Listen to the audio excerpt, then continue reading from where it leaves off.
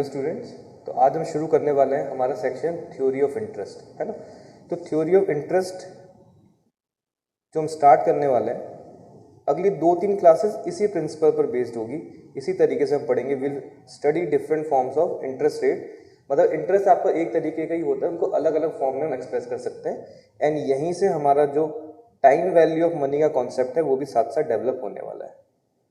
तो अगली 2 से 3 क्लासेस जो हमारी डेडिकेटेड है वो इन दो प्रिंसिपल्स के, इन दो कॉन्सेप्ट्स के आसपास घूमने वाली है। ठीक है, तो एक स्टोरी, एक हम एक एग्जांपल से स्टार्ट करते हैं। लेट्स से एक बहुत स्मॉल टाउन है, एक बहुत छोटा सा टाउन है जहाँ पे आप और मैं रहते हैं और भी बहुत सारे लोग रहते हैं, बट टाउन छोटा ही है। एंड टाउन इस तरीके से छोटा कि हम सब एक दूसरे को लेट्स से जानते ही है ना। तो और मेरा यहाँ पर एक लॉटरी का बिजनेस है। ठीक है, I run a lottery business. मेरा पर्सनल बिजनेस है, कोई ऑथोराइज कंपनी नहीं है। I run a lottery business है। एंड मैं लॉटरी का बिजनेस कुछ इस तरीके से रन करता हूँ कि चाहे मैं कितनी भी टिकट सेल कर लूँ, किसी की लॉटरी लगती ही नहीं है ना।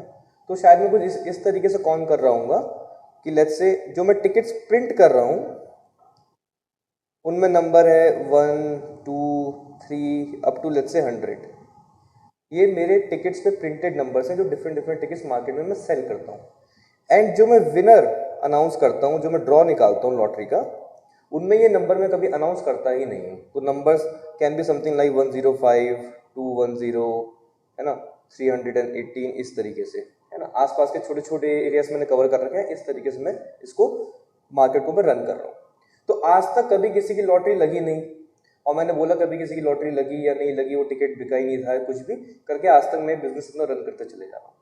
But this time something terrible happened to me. What happened, मुझसे कुछ मिस्टेक हो गई। या तो जो मैंने विनर अनाउंस किया उस टिकट का मैंने नंबर प्रिंट किया था और वो किसी ने खरीद लिया, या फिर जो टिकट्स बिकी थी उनमें से गलती से मैंने विनर अनाउंस कर दिया। अब प्रॉब्लम क्या हुई, वो लॉटरी लग गई है आपकी, आप प्राइस जीत चुके हैं और आपका जो प्राइज मनी है, that prize money is of 50,000 rupees. आपकी 50,000 की लॉटरी लग चुकी है। अब आप मेरे पास आए हैं कि मेरी 50,000 की लॉटरी लग गई है, आपका ये बिजनेस है, मैं आपसे पैसा लेने आया हूँ, आप मुझे 50,000 रुपये दीजिए। अब मेरे लिए प्रॉब्लम खड़ी हो गई है क्योंकि मैंने आज तक जो भी मैं प्राइज मनी अनाउंस करता हूँ उसकी मैंने आज तक पहले से कभी तैयारी करके रखी नहीं, कभी मैंने प्रिपरेशन की ही नहीं। क्यों नहीं की? क्योंकि मुझे पता था कि किसी की लॉटरी आज तक लगेगी नहीं और मुझे कभी किसी को पैसा देना पड़ेगा नहीं। पर आज क्या है, किसी की लॉटरी लग गई और मुझे पैसा देना पड़ रहा है। समहाउ कहीं ना कहीं से अरेंज करके मैं शायद वो पैसा आपको दे भी पाऊँ, समहाउ मैं वो दे सकता हूँ। बट मेरे लिए प्रॉब्लम हो जाएगी, मुझे बहुत सारा प्रॉब्लम होगी, मेरे फाइनेंसेस क्या पूरे के पूरे बिगड़ जाएंगे, मेरी खुद की फैमिली एक्सेट्रा एक्सेट्रा। तो मैंने आपसे रिक्वेस्ट की यार, मैंने कहा हम एक सेम टाउन में, हम लोग फ्रेंड्स हैं, एक दूसरे को जानते हैं, आप प्लीज़ यार मिल लेना। एक काम करो, मैं मना नहीं कर रहा आपको पैसे देने से, पर एक काम करो, आप मुझसे आज के टाइम में 50,000 रुपये मांग रहे हैं। अब आज के टाइम में 50,000 रुपये मत मांगो, आप करो ना, आप एक काम करो, आप 1 साल के बाद आ जाओ। 1 साल के बाद आए प्रॉमिस कि मैं आपको 50,000 रुपये दे दूँ। ये मैं आपसे रिक्वेस्ट कर कि आप आज मुझसे पैसे मत मांगो, आप मुझसे 1 साल के बाद सेम अमाउंट ले लेना, मैं डेफिनेटली आपको पैसा दे दूंगा। आप बोलोगे ठीक है, मतलब ठीक है, दोस्त हैं भाई, जानते हैं तुझे, कोई प्रॉब्लम नहीं है, चलो विश्वास भी है थोड़ा बहुत, कुछ भी है। पर चाहे कुछ भी हो जाए, कोई लीगल डॉक्यूमेंट तो हमने साइन किया नहीं है ना। कुछ भी हो जाए, चाहे मैं तुझे कितने भी अच्छे तरीके से जानता हूँ, लेकिन हमेशा आपके साथ कुछ ना कुछ रिस्क ऑफ डिफॉल्ट तो रहेगा ही रहेगा। डिफॉल्ट मतलब मैं पैसा देने से मना कर दूँ आपको। बोले मैं आज 50,000 रुपये आपसे लेने आया हूँ, मैं अभी मेरी लॉटरी निकली, अभी मैं आपसे पैसा जीता हूँ, शायद पीयर प्रेशर में आप मुझे पैसा दे भी दो, लेकिन अगर आप अभी आपको देने में दिक्कत हो रही है, अभी आप देने में अगर आनाकानी कर रहे हैं, तो 1 साल मतलब क्या भरोसा, आप दो या मत दो। तो कुछ ना कुछ तो रिस्क ऑफ डिफॉल्ट है ही कि शायद आप डिफॉल्ट कर जाओ, आप नहीं दो पैसा। बट समहाउ मैंने कुछ आर्ग्यूमेंट किए, मैंने कहा यार फ्रेंड्स हैं, हम जानते हैं, पड़ोसी हैं, है ना, विश्वास करो मैं नहीं मारूंगा पैसा। चलो थोड़ा सा कन्विंस हुआ, कुछ हुआ, बोले ठीक है। मैंने अगर ये मान भी लिया कि आप मेरा पैसा नहीं मारेंगे, आप डिफॉल्ट नहीं करेंगे, तो भी मेरा एक दूसरा इशू है। मैंने कहा क्या इशू है? ही सेड इन्फ्लेशन पर आपको कोई बस है क्या? इन्फ्लेशन मतलब महंगाई, महंगाई पर कोई रोक लगा सकता है क्या? गवर्नमेंट तो लगा नहीं पा रही। तो इन्फ्लेशन पर आपका कोई कंट्रोल नहीं है, तो 50,000 रुपए जो आज आप मुझे देने वाले हैं उसके कॉरस्पॉन्डिंग जो भी गुड्स, जो भी सामान मैं आज खरीद सकता हूं, अगले 1 साल में क्या महंगाई बढ़ेगी? तो जितना सामान मैं आज के टाइम में खरीद सकता हूं या जो भी सर्विसेज मैं आज के टाइम में कंज्यूम कर सकता हूं इन पैसों से, वो 1 साल के बाद उतनी मैं नहीं कर पाऊंगा, कुछ ना कुछ कम ही कर पाऊंगा, बिकॉज उस टाइम तक क्या महंगाई बढ़ चुकी होगी, इन्फ्लेशन बढ़ेगा, तो मतलब मेरी परचेजिंग पावर क्या होगी? कम हो जाएगी, है ना? तो मैं इस पैसे के लिए क्यों रुकूं? फिर भी मैंने कुछ कहा, मैंने कहा नहीं बढ़ेगी, मैंने कहा प्लीज मान जाए, ये कोई इतनी बड़ी बात नहीं, जितना बड़ा तू इसका पूरा मुद्दा बना रहा है इतनी कोई बड़ी बात नहीं है, प्लीज मान जाओ। ये सेट, ये सब बातें भी साइड में छोड़ दो, एक और चीज है, that is my sacrifice of satisfaction. जो पैसा मिलने का सेटिस्फेक्शन मुझे आज मिल सकता है, उस सेटिस्फेक्शन को मैं 1 साल तक डिले क्यों करूं? भाई अगर आज आपके पास पैसा है, सपोज आप अगर कुछ भी परचेज करने का आपने सोचा हुआ है ना, आपको अगर आईफोन लेना है लेट्स से 50,000 का, तो आज आप ले लोगे उस आईफोन को, आपके पास आज पैसा, आज के आज आप खरीद सकते हो, वो सेटिस्फेक्शन आपको आज के आज मिल जाएगा। बट अगर मैं बोलूँ आज मत लो, 1 महीने के बाद ले लो या 2 महीने के बाद ले लेना, तो आप बोलोगे भाई मैं क्यों अपना सेटिस्फेक्शन डिले करूं? एंड चलो मैं ले भी लूंगा 1 या 2 महीने के बाद वो आईफोन, लेकिन मुझे उसके लिए कुछ एडिशनल बेनिफिट भी तो चाहिए कि मुझे रुकना पड़ रहा है, उसके लिए मुझे एक्स्ट्रा मिल क्या रहा है। जैसे अभी की बात अगर छोड़ दे, लेकिन अगर 1 महीना, आज से 1 महीना पहले अगर सपोज किसी को आईफोन परचेज करना होता, तो उसके पास पैसे थे उस टाइम पर, वो परचेज करना चाहता, तो हो सकता है कि उस टाइम पर कोई बोल सकता था कि एक काम कर, 1 महीना रुक जा, अभी फ्लिपकार्ट की क्या बिग बिलियन डे सेल आने वाली है, उसमें आपको क्या हैवी डिस्काउंट्स ऑफर मिलेंगे, तो 1 महीना रुक जा, तुझे ये और सस्ता मिल जाएगा। तो उसके पास मोटिवेशन है अपने सेटिस्फेक्शन को डीले करने का, जो आईफोन मिलने का सेटिस्फेक्शन है उसको 1 महीना डीले कर सकता है। क्यों? क्योंकि उसको एडिशनल बेनिफिट मिल रहा है, उसको सेम चीज कम पैसों में कंज्यूम करने का मौका मिलेगा, तो वहां पर वो कर सकता है। यहां पर तो मैं क्या करूं, कोई उसको एडिशनल मोटिवेशन दे नहीं रहा हूं, बोलो आज के बदले 1 साल के बाद पैसा ले लेना, आपको बोल रहा हूं, ठीक है, और मेरे पास कुछ भी एक्स्ट्रा ऑफर करने को नहीं। तो उसने मुझे ये 3 आर्ग्यूमेंट दिए।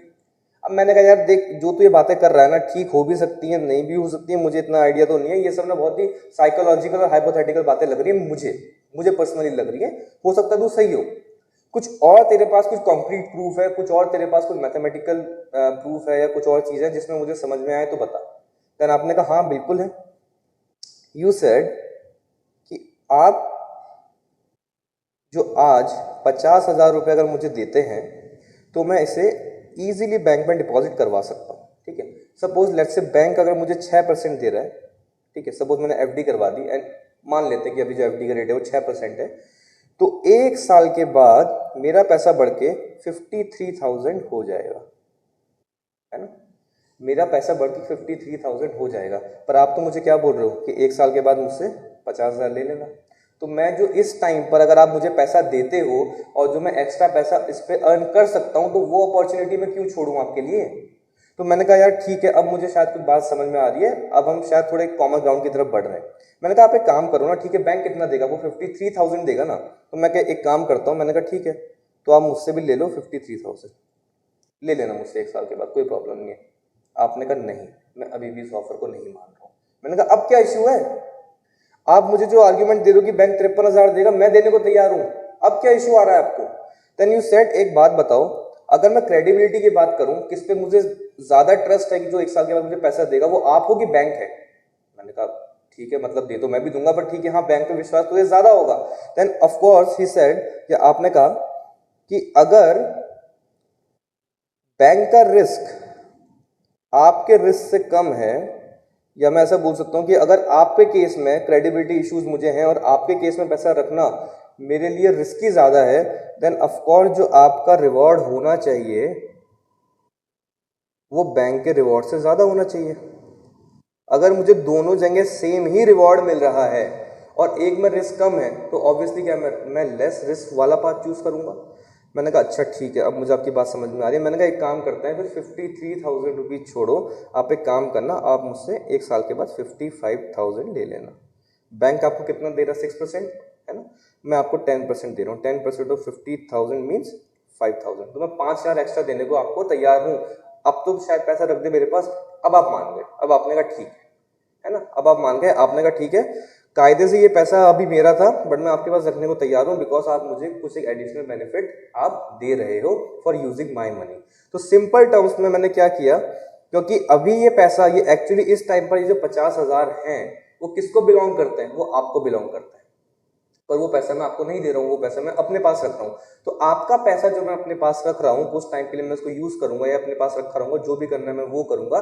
तो सिंस मैं आपका कोई एसेट अपने काम के लिए यूज कर रहा हूँ तो मुझे कुछ ना कुछ रिवॉर्ड आपको एक्स्ट्रा पे करना होगा। सिंपल टर्म्स में उसी को हम क्या बोलते हैं, इंटरेस्ट। उसी को हम क्या बोलते हैं, interest. It is the reward paid by, है ना, one person to another for utilising his asset. और यहाँ पर एसेट क्या है, कैश अमाउंट, है ना। तो यहाँ पर जो एक्स्ट्रा जो रिवॉर्ड जो मैं पे कर रहा हूँ दैट इज 5,000 रुपीज का, है ना, ये क्या है आपका इंटरेस्ट अमाउंट जो मैं आपको पे करूंगा for using your money. And यहीं से कॉन्सेप्ट आता है टाइम वैल्यू ऑफ मनी का, है ना, यहीं से concept time value of money का आता है। अगर ये पैसे सपोज आपको आज के टाइम में मिल जाते हैं, 50,000 अगर आपको आज के टाइम में मिल जाते हैं, time value of money simply क्या बोलता है कि आज जो आपके पास पैसा है वो डेफिनेटली कम होगा एज कंपेयर टू जो पैसा आपके पास एक साल के बाद होने वाला है, या एक साल के बाद जो आपके पास पैसा होने वाला है वो आज के पैसे से डेफिनेटली क्या होगा, ज्यादा होगा। बिकॉज आज जो पैसा आपके पास है वो उसके पास अपना एक अर्निंग पोटेंशियल है, उसको आप इन्वेस्ट करके उस एक साल तक कोई ना कुछ इनकम आप उसमें अर्न कर सकते हो। तो जो फ्यूचर वैल्यू होगी इस पैसे की वो आज की वैल्यू से क्या होगी, ज्यादा होगी। टाइम वैल्यू ऑफ मनी क्या बोलती है कि future value of money, future value of money is equal to current value, it's current value plus something extra, plus something extra. और उस एक्स्ट्रा को हम क्या बोलते हैं, it's time value of money. आज के टाइम से फ्यूचर टाइम तक मैं कुछ ना कुछ उसमें एक्स्ट्रा अर्न कर सकता हूँ और उसी को हम क्या बोलते हैं, वो हमारा टाइम वैल्यू ऑफ मनी। जो टाइम के साथ साथ हम अपने मनी की वैल्यू को बढ़ा सकते हैं। अगर ये पैसा आइडल आपके पास पड़ा रहा, ये कैश अमाउंट आपके पास है, आपने अपने घर की तिजोरी में रख दिया, तो पहली बात इसका पैसा तो बढ़ नहीं रहा होगा, इसकी वैल्यू नहीं बढ़ रही होगी। दूसरा अपनी वैल्यू लूज भी कर रहा होगा बिकॉज ऑफ इन्फ्लेशन, है ना, ये अपनी जो वैल्यू है लूज कर रहा होगा बिकॉज ऑफ इन्फ्लेशन। इसलिए कहा जाता है कि हमेशा इन्वेस्टमेंट करती रहनी चाहिए, पैसा आपके पास आइडल पड़ा हुआ नहीं रहना चाहिए। इमरजेंसी फंड्स और जो खर्चे हैं वो सारी बातें अलग है, बट अदर देन दैट अगर आपके पास कुछ भी एडिशनल इनकम है तो हमेशा आपको क्या है, उसको इन्वेस्ट करना चाहिए, राइट। अब दो वर्ड हम यूज करते हैं कई बार, जैसे जो एक्स्ट्रा रिवॉर्ड जो हमें मिला इस केस में, कई बार हम उसके लिए वर्ड यूज करते हैं इंटरेस्ट, कई बार जो हम वर्ड यूज करते हैं वो हम यूज करते हैं रिटर्न, है ना। तो दो वर्ड यूज करते हैं हम, इंटरेस्ट और रिटर्न, इंटरेस्ट एंड रिटर्न। तो इंटरेस्ट मेनली जो वर्ड हम यूज करते हैं जनरली, है ना, कोई हार्ड एंड फास्ट रूल नहीं है, वो हम यूज करते हैं फॉर लोन पर्पसेज इन सारी चीजों के लिए। और रिटर्न जो वर्ड हम यूज करते हैं वो मेनली हम इन्वेस्टमेंट पर्पसेज में यूज करते हैं कि आपने अगर किसी को पैसा उधार दिया है या उधार लिया है तो पहले ही वर्ड जो आपके मुंह से निकलेगा वो निकलेगा कितना ब्याज है, कितना ब्याज मिल रहा है, कितना ब्याज देना पड़ रहा है ना। और रिटर्न कहाँ पर है, जब हम इन्वेस्टमेंट करते हैं कि हाँ मैंने म्यूचुअल फंड में पैसा डाला हुआ, मैंने एफडी में पैसा डाला हुआ, तो कितना रिटर्न आपको मिल रहा है ना।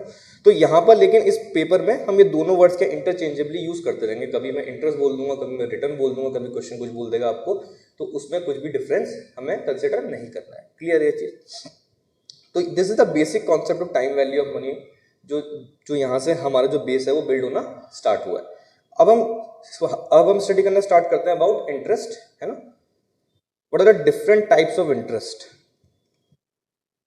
Different types of interest. सबसे पहले पढ़ते हैं सिंपल इंटरेस्ट। जिन लोगों को कॉमर्स बैकग्राउंड है उन लोगों ने ये सारी चीजें पहले से थोड़ी बहुत पढ़ी हुई हैं, और जिन लोगों का साइंस है उनके लिए रिलेटिवली नया होगा। पर कॉमर्स वालों के लिए भी क्या है कि यहाँ पे जो नोटेशंस हैं वो थोड़ी सी नई है ना। जो नोटेशन हम यूज करते हैं आज तक स्कूल में कॉलेज में वो हम यूज नहीं करते, हम यहाँ पे कुछ डिफरेंट यूज करते हैं। तो सिंपल इंटरेस्ट में क्या होता है, interest is earn on the principal amount, interest is earn on the principal amount, है ना। अब ये क्या होता है इसको थोड़ा देख लेते हैं। मैंने सपोज एक एग्जांपल लिया, मैंने कहा ₹10,000 is invested at 10% per annum simple interest for a year, like find, first part लिखा मैंने फाइंड द इंटरेस्ट अमाउंट, कि कितना इंटरेस्ट मिला मुझे, एंड दूसरा टोटल अमाउंट रीपेड, फाइनली मुझे अमाउंट कितना मिला, है ना। ये दो क्वेश्चन मुझे करने हैं सॉल्व, ठीक है। उसको सॉल्व करते हैं। तो यहां पर जो वर्ड यूज हुआ है सबसे पहले पर एनम,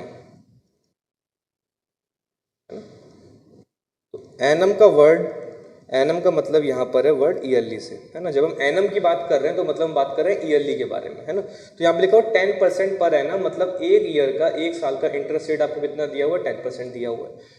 तो फर्स्ट पार्ट में आपसे पूछ रहा है कि आपको कितना इंटरेस्ट अमाउंट मिला, एक्चुअली आपने इस इन्वेस्टमेंट पे कितना इंटरेस्ट अर्न किया, ये आपसे पूछ रहा है।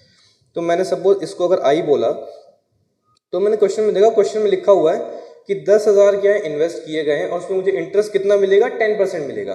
तो अगर कोई मुझसे पूछे कि कितना इंटरेस्ट आपने अर्न किया होगा, तो मैं सिंपली बोलूंगा 10,000 का 10%, है ना।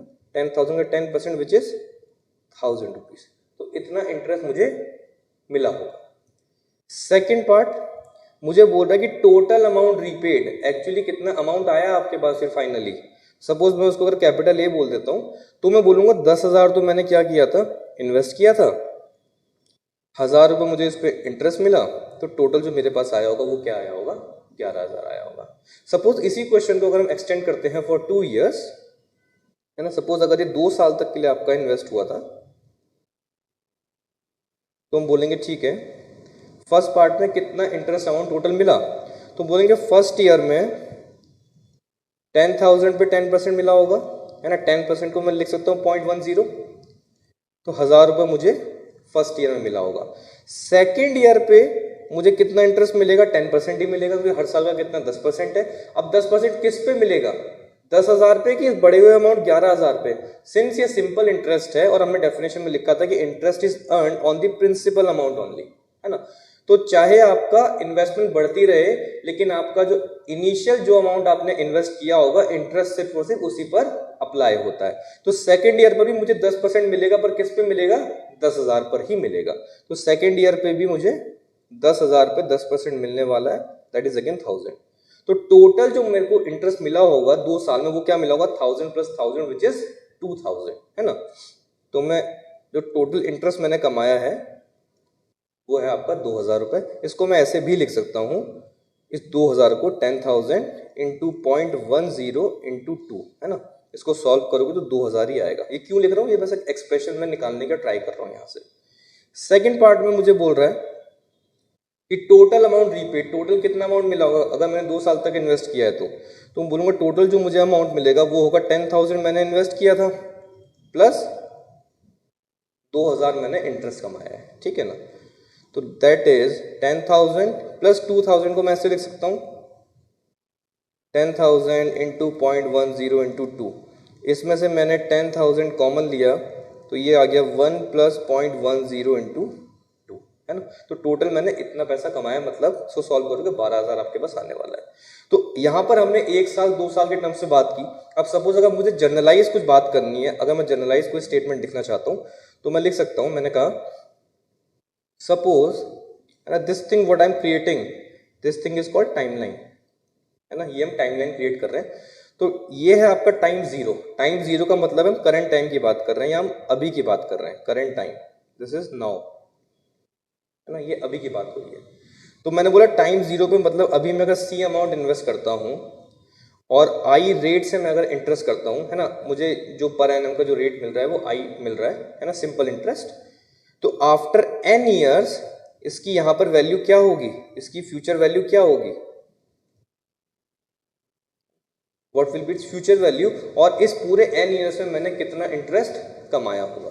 तो ऊपर से आप अगर देख सकते हो, तो जब हमने 2 साल में जब हमने इन्वेस्ट किया था तो क्या आया था, जो अमाउंट हमने इन्वेस्ट किया है वो मल्टीप्लाइड बाय जो इंटरेस्ट रेट है वो मल्टीप्लाई बाय जितने नंबर ऑफ ईयर्स हमने उसको इन्वेस्ट किया है वो। तो अगर मुझसे कोई पूछे कि what is the total interest earn in n years, what is the total interest earn in n years, तो मैं बोलूँगा जो अमाउंट मैंने इन्वेस्ट किया है वो मल्टीप्लाइड बाय जो इंटरेस्ट रेट है वो एंड मल्टीप्लाइड बाय कितने ईयर्स तक मैंने इन्वेस्ट किया है वो, विच इज CIN। तो अगर कोई मुझसे पूछे कि सिंपल इंटरेस्ट से मैं अगर अमाउंट अपना कहीं पर इन्वेस्ट कर रहा हूँ इतने साल के लिए, तो कितना मुझे इंटरेस्ट मिलेगा, तो मैं इस फॉर्मूले से इजीली कैलकुलेट कर सकता हूँ। वैसे ही मुझसे अगर कोई पूछे कि what will be its future value after n years, future value after n years बोल दें, या फिर जो टोटल अमाउंट मुझे आफ्टर n ईयर्स मिलेगा वो कितना होगा, तो यहाँ पर हमने ऊपर कैलकुलेट किया था तो क्या आया था, जो अमाउंट हमने इन्वेस्ट किया that multiplied by 1 plus interest rate into number of terms, तो क्या हो जाएगा। अब वैसे भी देख सकते हो, अगर मुझे कोई पूछे कि n ईयर्स के बाद इसकी वैल्यू क्या होगी या टोटल अमाउंट मुझे कितना मिलेगा, तो मैं बोल सकता हूँ कि भाई c अमाउंट तो मैंने इन्वेस्ट किया था प्लस जो मुझे इंटरेस्ट मिला पूरे n ईयर्स में वो कितना मिला, CIN मिला।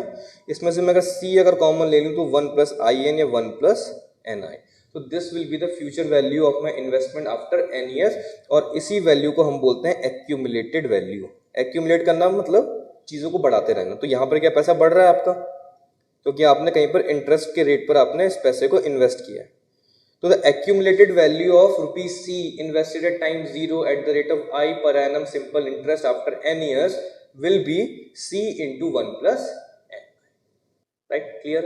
एक एग्जांपल कर लेते हैं इस पे, एक क्वेश्चन कर लेते हैं। जैसे ये क्वेश्चन है आपका, है ना, इस क्वेश्चन को रीड करते हैं।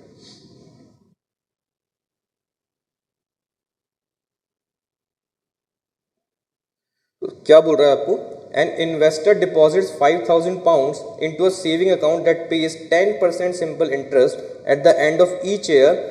Compare how much the investor would have after 6 years if the money were, first part है invested for 6 years and second part है invested for 3 years then immediately reinvested for a further 3 years। तो पहले एक एक करके solve करते हैं, है ना। फर्स्ट पार्ट पे आते हैं, सबसे पहले क्वेश्चन को फ्रेम करते हैं। क्वेश्चन क्या बोल रहा है, बोल रहा है कि 5,000 रुपए, 5,000 पाउंड्स इन्वेस्ट किए गए हैं, है ना, और आपको इस पे सिंपल इंटरेस्ट मिल रहा है कितना, 10% का। तो सिंपल इंटरेस्ट आई आपको दिया हुआ है, I is equal to 10% per annum, ये आपको दिया हुआ है। बोल रहा compare how much the investor would have after 6 years, 6 साल के बाद उसकी वैल्यू क्या होगी अगर फर्स्ट पार्ट इन्वेस्टेड फॉर 6, अगर 6 साल तक के लिए सीधे सीधे डायरेक्टली आपने क्या कर दिया होगा, उसे इन्वेस्ट कर दिया होगा। तो हम बोलेंगे हमें चाहिए इस इन्वेस्टमेंट की टाइम 6 पर एक्यूमुलेटेड वैल्यू। तो हम बोलेंगे एक्यूमुलेटेड वैल्यू विल बी 5,000, भाई हमारा फॉर्मूला क्या है, C इंटू 1 प्लस NI, है ना। तो 5,000 इंटू 1 प्लस N कितना है 6 और I कितना है 10% विच इज 0.1।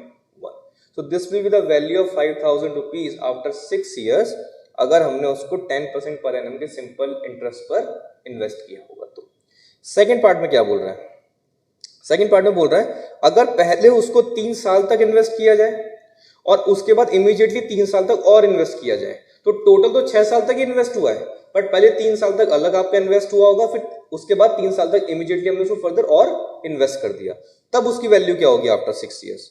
तो देखो क्या हो रहा है इस क्वेश्चन में, 5,000 अभी टाइम 0 पर इन्वेस्ट किए गए हैं, इंटरेस्ट रेट हुई 10% पर एनम है, पर क्या किया गया, पहले उसको 3 साल तक इन्वेस्ट किया गया, फिर 3 साल के बाद जो भी पैसा आपके पास बढ़ के आया इमीडिएटली उसको फर्दर 3 साल के लिए और इन्वेस्ट किया गया। तो यहाँ पर आपसे पूछ रहा है कि एट टाइम 6 या आफ्टर 6 ईयर्स उसकी एक्यूमुलेटेड वैल्यू क्या होगी। तो हम बोलेंगे सबसे पहले 5,000 क्या हुए, 3 साल तक आपके इन्वेस्ट हुए, तो मैंने कहा सबसे पहले एक्यूमुलेटेड वैल्यू एट टाइम 3 निकालते हैं कि टाइम 3 पर उसकी वैल्यू बढ़ के कितनी हो गई होगी।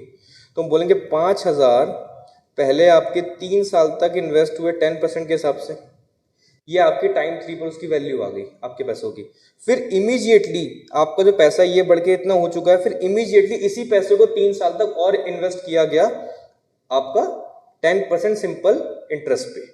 तो टाइम 6 पर उसकी वैल्यू क्या होगी, हम बोलेंगे टाइम 6 पर उसकी वैल्यू होगी कि भाई टाइम 3 पर जो ये पैसा मेरे पास बढ़ के हो चुका था पूरा, इस पूरे पैसे को फर्दर 3 साल के लिए हम और एक्यूमुलेट किया हमने eight the rate of 10% per annum.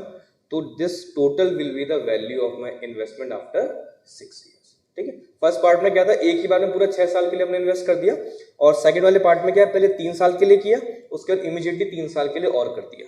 Right, clear है ये चीज, ओके। तो एक और क्वेश्चन लिखते हैं, लेट्स से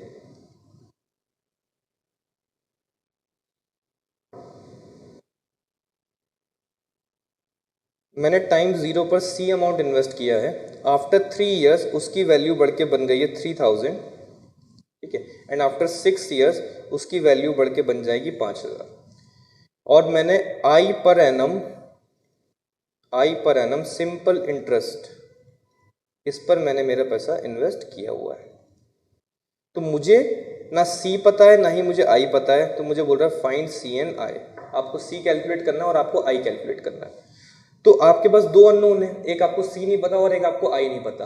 उसके लिए क्या करना होगा, आपको दो इक्वेशन बनानी होंगी। अगर दो अननोन है उसको सॉल्व करने के लिए आपको दो इक्वेशन बनानी होंगी। तो मैंने कहा सबसे पहले मुझे ये दिख रहा है कि अगर सी को मैं 3 साल तक आई रेट से अगर इन्वेस्ट करता हूं तो उसकी वैल्यू बढ़ के कितनी बन जाती है 3000। एक तो मेरे पास ये इक्वेशन है। दूसरा मुझे ये दिख रहा है कि अगर इसी सी को मैं सीधे 6 साल तक के लिए अगर मैं इन्वेस्ट करता हूं तो उसकी वैल्यू बढ़ के कितनी बन जाती है 5000। उसकी वैल्यू बढ़ के बन जाती है 5000। तो इन दो को सॉल्व करके क्या करना है, मुझे सी और आई फाइंड करना है। क्या करेंगे, दोनों को डिवाइड कर देते हैं एक दूसरे से। मैंने कहा लेट्स से डिवाइड 2/1, है ना।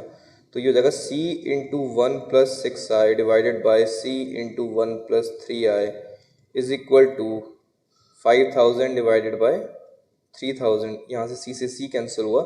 इसको सॉल्व करके आप i की वैल्यू कैलकुलेट कर पाओगे इजीली, है ना। जैसे ही आपको i की वैल्यू मिल गई उसको यूज करके आप c की वैल्यू भी फर्दर कैलकुलेट कर सकते हो। क्लियर। तो सिंपल इंटरेस्ट बहुत सिंपल सा आपका केस है, एक फॉर्मूला आपको मिलता है। आपको बस ध्यान क्या रखना है, कहीं पर कंसेप्चुअल क्वेश्चन अगर आ जाएगा आपको ध्यान ये रखना है कि चाहे पैसा बढ़ के कितना हो चुका हो उससे कोई फर्क नहीं पड़ता। हर साल जो हमें इंटरेस्ट मिलेगा वो किस पे मिलेगा, हमारा जो ओरिजिनल अमाउंट था, जो हमारा प्रिंसिपल अमाउंट था, सिर्फ और सिर्फ उस पर मिलने वाला है। जो बढ़ा हुआ अमाउंट है हमारा, जो पैसा हमारा बढ़ते जा रहा है, उस बढ़े हुए अमाउंट पे आपको इंटरेस्ट नहीं मिलता है। क्लियर। ओके। सपोज कभी ऐसा भी हो सकता है कि आपसे बोले कि अभी 1000 रुपीज टाइम 0 पर मैंने 1000 रुपीज मैंने इन्वेस्ट किए हैं। आफ्टर 3 मंथ्स उसकी एक्यूमुलेटेड वैल्यू क्या होगी, है ना। और आपको इंटरेस्ट दिया हुआ है 10% per annum simple, 10% per annum simple ये आपको दिया हुआ है। तो आप बोलोगे एक्यूमुलेटेड वैल्यू का फॉर्मूला तो वही है, हम बोलेंगे 1000 इंटू 1 प्लस, अब एन क्या, नंबर ऑफ पीरियड्स। जो भी आपको इंटरेस्ट रेट दिया हुआ, जनरली वो एनम में दिया होता है, ईयरली दिया होता है, तो मतलब नंबर ऑफ ईयर्स की हम बात कर रहे हैं। तो जो इंटरेस्ट आपको दिया हुआ वो साल के हिसाब से दिया हुआ 10% पर एनम। आपको चाहिएगा बस 3 महीने के बाद, तो 3 महीने जो एन आप एक्सप्रेस करोगे वो ईयर्स में ही आप एक्सप्रेस करने वाले हो। तो 3 मंथ्स के लिए आपको एक्यूमुलेट करना है। तो 3 मंथ्स मतलब हाउ मेनी ईयर्स, 3/12। तो 1 plus 3/12 into I which is 10%, that is 0.1। तो इस तरीके से भी आप कर सकते हैं, राइट। ठीक है, this is about simple interest. Let's start compound interest now, right.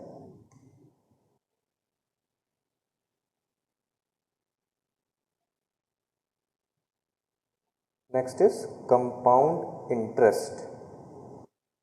अब कंपाउंड इंटरेस्ट की खास बात क्या होती है, जैसे सिंपल इंटरेस्ट में इंटरेस्ट सिर्फ प्रिंसिपल अमाउंट पर ही अर्न किया जाता है, कंपाउंड इंटरेस्ट में आपका प्रिंसिपल अमाउंट तो इंटरेस्ट अर्न करता ही है, साथ ही साथ जितना इंटरेस्ट आपने अभी तक अर्न किया है वो भी इंटरेस्ट अर्न करता है। तो जैसे बोलते हैं कंपाउंड इंटरेस्ट में इंटरेस्ट भी इंटरेस्ट कमाता है, ब्याज भी ब्याज कमाता है। कैसे, एग्जाम्पल से समझते हैं। तो सपोज जैसे सिंपल इंटरेस्ट का अगर मैं एग्जाम्पल लूँ एंड 10% पर एनम हमारा सिंपल इंटरेस्ट है, 10,000 रुपए सिंपल इंटरेस्ट पे आपके इन्वेस्ट किए गए।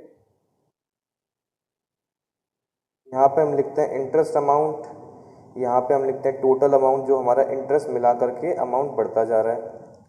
तो फर्स्ट ईयर में क्या होगा कि 10% आपको इंटरेस्ट मिलेगा, किस पे मिलेगा, 10,000 पर मिलेगा, जो आपका प्रिंसिपल अमाउंट है।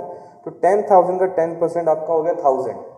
तो टोटल अमाउंट आपका हुआ वो बढ़ के बन गया 11,000। पर नेक्स्ट ईयर भी 10% 10,000 पे ही मिलेगा, ना कि 11,000 पे, प्रिंसिपल अमाउंट पे ही मिलेगा। तो फिर आपको 1000 मिलेगा। अब आपका अमाउंट बढ़ के बन गया 12,000। फिर 10% आपको 10,000 रुपये मिलेगा, जो कि आपका होता है 1000। अब आपका अमाउंट बढ़ के बन गया 13,000। और इस तरीके से क्या है, आपका अमाउंट जो है, पैसा जो है वो बढ़ता रहेगा। वहीं पर अगर यही केस कंपाउंड इंटरेस्ट का होता तो हम बोलते कि 10,000 अगर हमने वही 10% पर एनम कंपाउंड इंटरेस्ट पर अगर हमने इन्वेस्ट किए हैं कहीं पर, तो फर्स्ट ईयर 10% हमें मिलेगा किस पे, 10,000 पे, दैट इज 1000। अब आपका अमाउंट बढ़ के बन गया 11,000। अब जो नेक्स्ट ईयर 10% आपको मिलेगा वो 10,000 पे नहीं मिलेगा, वो मिलेगा इस बढ़ी हुई अमाउंट पे, दैट इज 11,000 पे। तो 11,000 का 10% 1100, ठीक है। अब आपके पास कितना अमाउंट है, 11,000 पहले था, 1100 आपको इंटरेस्ट मिला है, तो ये आपका हो गया 12,100। अब फर्दर जो आपको 10% मिलेगा वो किस पे मिलेगा, इस 12,100 पे, दैट इज 1210। अब आपके पास अमाउंट बढ़ के बन गया 13310, और इसी तरीके से आपका जो है फर्दर कंटिन्यू होता रहेगा। तो यहां पर आप क्या देख रहे हो कि जो आपका इंटरेस्ट है वो उस अमाउंट पे एप्लीकेबल है, उस अमाउंट पे लग रहा है जो आपका इंटरेस्ट के साथ बढ़ता जा रहा है। तो यहाँ पर जो भी आपका अमाउंट में एक्स्ट्रा इंटरेस्ट ऐड हो रहा है वो भी क्या कर रहा है, आपका इंटरेस्ट अर्न कर रहा है, इसे हम बोलते हैं कंपाउंड इंटरेस्ट। तो सिंपल इंटरेस्ट पे जो आप ग्रोथ देखोगे अपने मनी की, that will be a linear growth, and compound interest में पैसा जो है और तेजी से बढ़ता है, बिकॉज एडिशनल इनकम का पार्ट भी क्या है आपका, कुछ ना कुछ इंटरेस्ट अर्न कर रहा होता है। तो यहाँ पर जो कंपाउंड इंटरेस्ट है उसमें you get to see exponential growth, right. अब इसका फॉर्मूला बनाते हैं। तो सपोज जैसे टाइम जीरो पर सीधे हम इसका एक्सप्रेशन ही लिखेंगे, हम कुछ डिराइव नहीं कर रहे हैं, derivation is very easy, but हम उस पर नहीं जा रहे। हम बोलते हैं अगर टाइम जीरो पर आपने कोई सी अमाउंट आपने इन्वेस्ट किया है एंड आपका इंटरेस्ट रेट आई आपको दिया हुआ है, आई कैसा है, कंपाउंड इंटरेस्ट है, देन टाइम एन पर उसकी एक्यूमुलेटेड वैल्यू क्या होगी। तो हम बोलते हैं at time n the accumulated value will be c into 1 plus I raised to the power n. This will be the accumulated value of amount c at time n which was invested at time 0 with a compound interest of I per annum, है ना। कि मेरा जो पैसा time 0 पर c amount मैंने invest किया, time n पे बढ़ के कितना बन जाएगा, I कंपाउंड इंटरेस्ट है c into 1 plus I की पावर होल है, ठीक है। ये तो टोटल वैल्यू हो गई। अब अगर कोई मुझसे पूछे सर n ईयर्स में, ये तो टोटल फाइनल अमाउंट है, इसमें हमारा प्रिंसिपल भी है, इसमें हमारा इंटरेस्ट भी है, अगर हमें सिर्फ ये जानना है कि इन n ईयर्स पे हमने टोटल खाली इंटरेस्ट कितना अर्न किया होगा, इन n ईयर्स पे हमने इंटरेस्ट कितना अर्न किया है, तो हम कैसे निकाल सकते हैं, बहुत सिंपल तरीका। हम बोलेंगे भाई n ईयर्स के बाद आपके पैसे की वैल्यू बढ़ के इतनी हो गई और आपने लगाया कितना था, c लगाया था, तो जो दोनों का डिफरेंस होगा वो क्या होगा, जो आपने टोटल इंटरेस्ट अर्न किया होगा। इसमें से आप c कॉमन ले लो तो वो मिल जाएगा 1 plus I whole power n minus 1. This is the total interest earned in n years, right? तो this is a compound interest कि जहाँ पर क्या इंटरेस्ट भी इंटरेस्ट अर्न कर रहा होता है। अब इसके बेसिस पर एक छोटे मोटे फंडामेंटल क्वेश्चंस देख लेते हैं। तो जैसे ये क्वेश्चन रीड करते हैं एक बार, क्या बोला हुआ है, An investor deposits 5,000 into a savings account that pays 10% compound interest at the end of each year. Compare how much the investor would have after 6 years if the money were first part invested for 6 years, second part invested for 3 years, then immediately reinvested for further 3 years. तो पहला वाला part में आपसे क्या बोल रहा है, first part अगर देखते हैं तो फर्स्ट पार्ट में आपसे कह रहा है कि अभी टाइम जीरो पर 5,000 पाउंड्स आपने इन्वेस्ट किए हैं, इंटरेस्ट रेट आपको दिया हुआ है 10% पर एनम कंपाउंड इंटरेस्ट, है ना। At the end of each year compare how much the investor would have after 6 year, 6 साल के बाद इस पैसे की वैल्यू क्या होगी। तो अभी हमने ऊपर क्या है, पीछे एक्सप्रेशन हमने डिराइव किया है, हमने क्या बोला था, अगर टाइम जीरो पर आप सी अमाउंट इन्वेस्ट करते हो तो टाइम एन पर आई कंपाउंड रेट से उसकी वैल्यू बढ़ के बन जाती है सी इंटू 1 प्लस आई की पावर एन। तो यहाँ पर अगर वो फॉर्मूला हम अप्लाई करें तो क्या हो जाएगा, 5,000 इंटू 1 प्लस 10% को 0.1 लिख सकते हैं, 1 प्लस आई है ना, तो 1 प्लस 0.1 की पावर एन, एन कितना है आपका 6 हो गया, तो ये हो गया 5,000 इंटू 1.1 की पावर 6।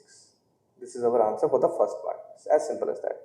सेकंड पार्ट में क्या बोल रहा है, जैसा भी हमने सिंपल इंटरेस्ट का क्वेश्चन किया था बिल्कुल वैसे ही बन रहा है। सेकंड पार्ट में हमसे बोल रहा है कि इमेजिन नाउ दैट द 5,000 जो हमने इन्वेस्ट किए थे वो इस तरीके से इन्वेस्ट किए हैं कि they are first invested for 3 years, then immediately reinvested for further 3 more years, right.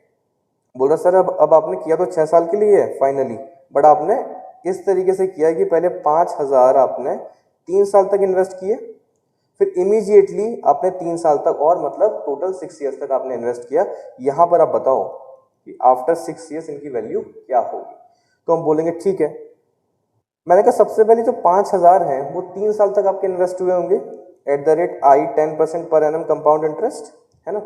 तो हम बोलेंगे सबसे पहले 5,000 3 साल के लिए आपके इन्वेस्ट हुए, इन 3 साल के लिए, तो टाइम 3 पर उसकी वैल्यू बढ़ के कितनी हो चुकी होगी, हम बोलेंगे 5,000 into 1 plus I, that is 1 plus 0.1 की पावर 3। ये जो वैल्यू है ये है 5,000 की एक्यूमुलेटेड वैल्यू एट टाइम 3।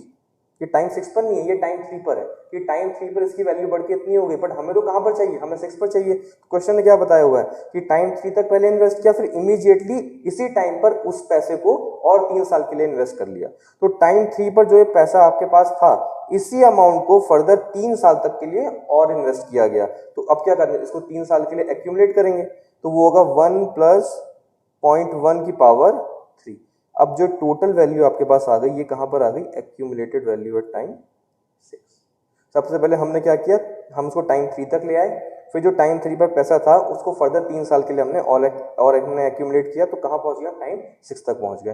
तो आप अगर इसको सॉल्व करोगे तो देखोगे क्या आएगा, 5,000 इंटू 1 प्लस 0.1, ठीक है, की power 3 plus 3 that is 6, that is 5,000 into 1.1 की पावर 6।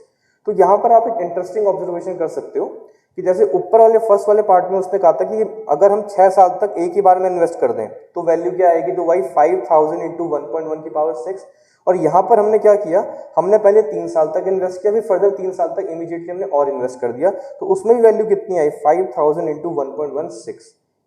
तो ये दोनों वैल्यूज क्या आ रही हैं आपकी, सेम आ रही है। वेयर जब हमने सिंपल इंटरेस्ट का हमने क्वेश्चन किया था, तो सिंपल इंटरेस्ट में क्या हुआ था कि जब हम एक साथ पूरा पैसा इन्वेस्ट करते हैं और जब टुकड़ों में करते हैं तो दोनों में क्या है, हमें वैल्यू सेम नहीं आती, डिफरेंट आती है। यहाँ पे कंपाउंड इंटरेस्ट में क्या आ रही है, वैल्यू सेम आ रही है। तो यहाँ पर ये चीज आपको ध्यान रखनी है, कंपाउंड इंटरेस्ट में आप चाहे 10 साल तक एक ही बार में पैसा इन्वेस्ट करो, या पहले 5 साल करो फिर इमीडिएटली 5 साल और कर दो, या पहले 4 साल करके फिर 6 साल और कर दो, तो तीनों केस में जो वैल्यू है वो क्या आएगी, आपकी बराबर आने वाली है। क्लियर है चीज। यहाँ बेटा एक नोट आप लिख लेना, ठीक है, इसको पहले आप नोट कर लो, और इसके साथ आप एक नोट जरूर लिखना, ठीक है, एक हेडिंग डालो नोट करके कि when there is no mentioning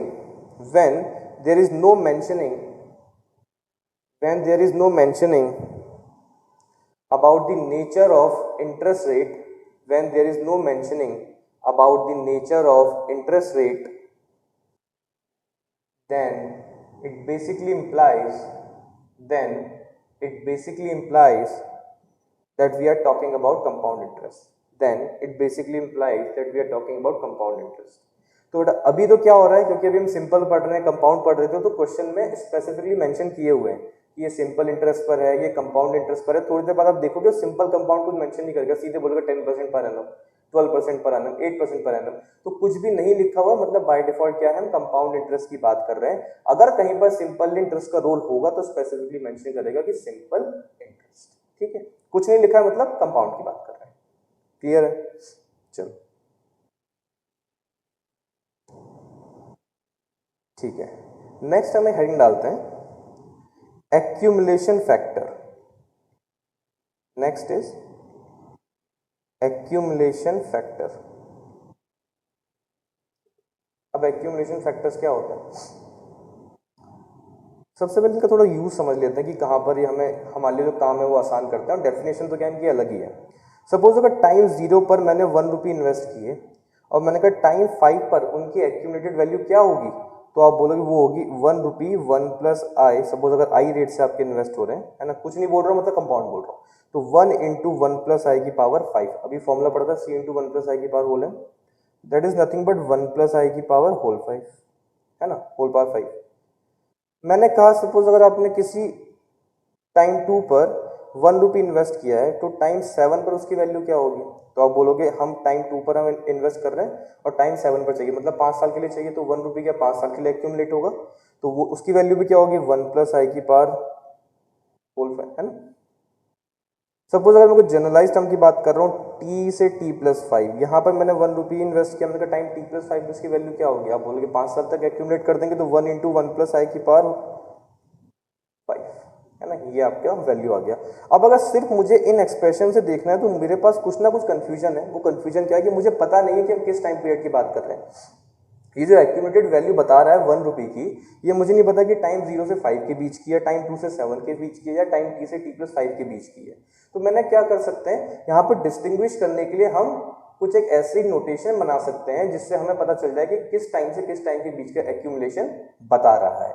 जैसे सपोज इस वाले केस में मैंने लिख दिया कैपिटल A 0,5 कि this is the accumulated value of 1 रुपी जब वो टाइम 0 पर इन्वेस्ट किए गए थे एट टाइम 5। हम उसकी वैल्यू को देख लें।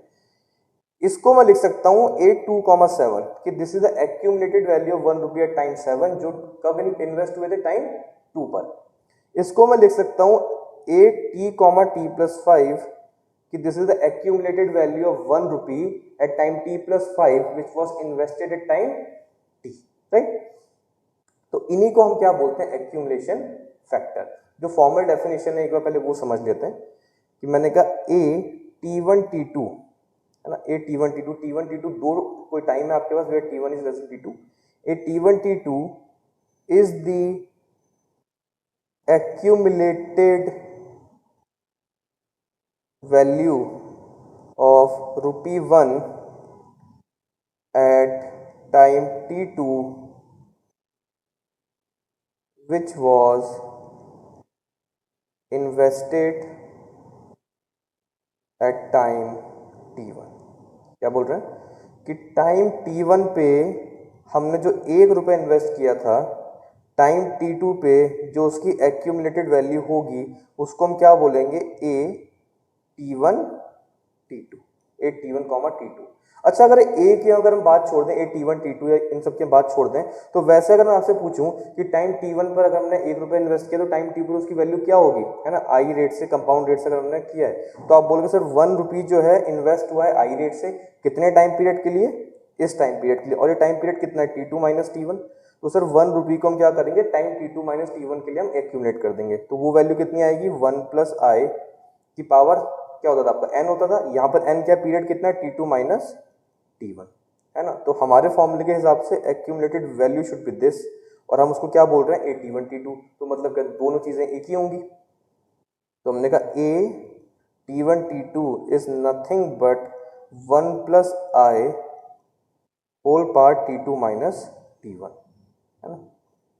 A t1 t2 is nothing but 1 plus i whole power t2 minus t1। इसी हम A को क्या बोलते हैं, एक्यूमुलेशन फैक्टर बोलते हैं। अगर आप गौर से एक चीज देखो तो कुछ भी नहीं है, अभी जो हमने क्वेश्चन किए थे क्या है, अगर इस 5000 को आगे आपको एक्यूमुलेट करना है तो आप क्या करो, किसी एक फैक्टर से मल्टीप्लाई कर रहे हो ना, 6 साल आगे लेके जाना, तो वो फैक्टर क्या है, ये 1.1 की होल पावर 6, ये एक ऐसा फैक्टर है जिसको मल्टीप्लाई करने से आपकी वैल्यू क्या हो रही है, एक्यूमुलेट हो रही है। यहाँ आपको 3 साल एक्यूमुलेट करना था तो आपने किसी फैक्टर से मल्टीप्लाई किया, है ना, तो वो क्या हो रहा है आपका, उस फैक्टर से मल्टीप्लाई करके वैल्यू आपकी एक्यूमुलेट हो रही है। सेम ये क्या है, जब हम c को जब हम 1 plus i whole power n से मल्टीप्लाई करते हैं तो वैल्यू क्या होती है, n ईयर्स आपकी एक्यूमुलेट होती है। तो इसी चीज को तुम क्या बोल रहे हैं, एक्यूमुलेशन फैक्टर बोल रहे हैं, और कुछ भी नहीं। वो फैक्टर जिससे मल्टीप्लाई करके आपकी वैल्यू क्या हो रही है, फ्यूचर में एक्यूमुलेट हो रही है, उसी को हम क्या बोल रहे हैं, एक्यूमुलेशन फैक्टर। आप डेफिनेशन देखो, एक्यूमुलेशन फैक्टर एक्चुअली है क्या, कुछ भी तो नहीं है, बस ये नंबर ही तो 1 plus i whole power 5, 1 plus I t2 minus t1। तो हमें पढ़ क्यों रहे हैं, क्योंकि बहुत सारे जो रिजल्ट हैं, कई बार क्वेश्चंस हैं वो इसकी फॉर्म में दिए होते हैं, कुछ एक्सप्रेशंस हैं कि जैसे t1 से t2 के बीच में जब भी कभी आप अगर एक्यूमुलेशन करते हो तो उसका क्या है, एक्सप्रेशन बना करके दे देगा आपको, तो जिस भी टाइम के लिए आपको चाहिए आप सीधे फैक्टर कैलकुलेट कर सकते हो। तो इस तरह के क्वेश्चंस आपके पास आते हैं। आपको जो ध्यान रखना है वो ये ध्यान रखना है कि A t1 t2 जो है वो 1 रुपए का एक्यूमुलेशन है। तो अगर 20,000 रुपए अगर आपने इन्वेस्ट किए हैं या 5,000 रुपए अगर आपने इन्वेस्ट किए हैं, तो जितने भी रुपए आपने इन्वेस्ट किए हैं अगर उनकी आपको एक्यूमुलेटेड वैल्यू चाहिए होगी तो क्या करोगे, आप उस अमाउंट को इस फैक्टर से मल्टीप्लाई कर दोगे। जैसे क्वेश्चन देखते हैं, है ना। क्वेश्चन जैसे कई बार इस तरीके से पूछ लेता है कि टाइम 2 पर हमने 10,000 रुपीज इन्वेस्ट किए थे, टाइम 7 पर उनकी वैल्यू बढ़ के बन गई 15,000, ठीक है। बाकी कुछ नहीं पता, आई नहीं पता, हमें कुछ नहीं पता। सबसे पहले ये पूछ सकता है find accumulation factor between time 2 and time 7, and second फिर बोल सकता है hence find I, hence find I, कि अब आप आई की वैल्यू भी पता लगाओ। तो हमने कहा ठीक है भाई, 827 का मतलब क्या है, 827 का मतलब है जो वैल्यू टाइम 2 पर अगर हम 1 रुपये इन्वेस्ट करें तो टाइम 7 पर जो उसकी एक्यूमुलेटेड वैल्यू है वो क्या होगी। तो हम क्या करेंगे, हम बोलेंगे भी 10,000 को हमने इन्वेस्ट किया एक काम करते हैं, इसको ऐसे लिखते हैं, है ना, पूरा फर्स्ट टाइम कर रहे हैं तो पूरा अच्छे से कर लेते हैं। तो हम बोलेंगे टाइम 2 पर आप अगर 1 रुपये इन्वेस्ट करते हैं तो टाइम 7 पर उसकी accumulated value will B A2,7, है ना। तो अगर मैंने टाइम 2 पर 1 रुपये के बदले लेट्स से 10,000 अगर इन्वेस्ट किए हैं तो टाइम 7 पर उसकी एक्यूमुलेटेड वैल्यू निकालने के लिए मुझे क्या करना पड़ेगा, A2,7 से मल्टीप्लाई करना पड़ेगा। तो मैंने कहा 10,000 रुपीज़ को मैंने क्या किया, टाइम 2 से टाइम 7 तक मैंने एक्यूमुलेट किया, तो वो वैल्यू कितनी है वो मुझे क्वेश्चन में बता रखी है, कितनी है, 15,000, है ना। कि 10,000 को जब टाइम 2 से 7 तक एक्यूमुलेट किया तो वो वैल्यू बढ़ के कितनी हो गई, 15,000। तो यहाँ से आपके A2,7 की वैल्यू निकल के आ गई विच इज नथिंग बट 1.5, ये वैल्यू आपके पास आ गई। अब दूसरे पार्ट में क्या बोल रहा है, हेंस फाइंड आई। अब आप क्या करो, आई की वैल्यू निकालो। तो A2,7 के मतलब क्या है, A2,7 is nothing but 1 plus i की पावर 7 माइनस 2 विच इज 5। तो A2,7 तो फाइंड कर ही चुके हो, चूंकि क्या है 1.5, तो यहाँ से आप आई की वैल्यू भी इजीली फाइंड कर सकते हो। तो कई बार क्या ए के टर्म्स में हमें क्वेश्चन दिए होते तो हम उसको इजीली इस तरीके से सॉल्व कर सकते हैं, राइट। तो this is our accumulation factor. Now एक बहुत इंपॉर्टेंट प्रिंसिपल आता है which is known as principle of consistency. और एक्यूमुलेशन फैक्टर क्या है, उस कंसिस्टेंसी के प्रिंसिपल के ऊपर बेस्ड है। अगर मुझसे कभी कोई पूछे कि अगर एक फंक्शन दिया हुआ है और मुझे पता लगाना है क्या ये function as an accumulation factor की तरह काम कर सकता है या नहीं कर सकता है, तो मैं बोलूंगा आप एक काम करो, आप ये चेक करो कि ये जो चीज़ है, ये जो भी फंक्शन है, ये प्रिंसिपल ऑफ कंसिस्टेंसी फॉलो करता है या नहीं करता है। अगर ये प्रिंसिपल ऑफ कंसिस्टेंसी फॉलो नहीं करता है, that means this function can not be an accumulation function है, this particular term can not be a accumulation factor. अब प्रिंसिपल ऑफ कंसिस्टेंसी क्या है, प्रिंसिपल ऑफ कंसिस्टेंसी ये है, सपोज मैं कोई टाइम ले रहा हूँ, मैंने कोई टाइम T0 है जो T1 से छोटा है, T1 T2 से छोटा है, up to so on Tn-1 Tn से छोटा है। ये मैंने कोई टाइम, मैंने रैंडमली कोई भी टाइम पिक किए हैं, तो टाइम लाइन पे प्लॉट कर देते हैं। सपोज ये कोई टाइम T0 है, ये T1 है, ये T2 है, ये आपका Tn-1 है, ये आपका Tn है ना। तो प्रिंसिपल ऑफ कंसिस्टेंसी ये बोलती है कि A T0, Tn will be equal to A T0, T1, A T1, T2 up to so on A Tn-1, Tn.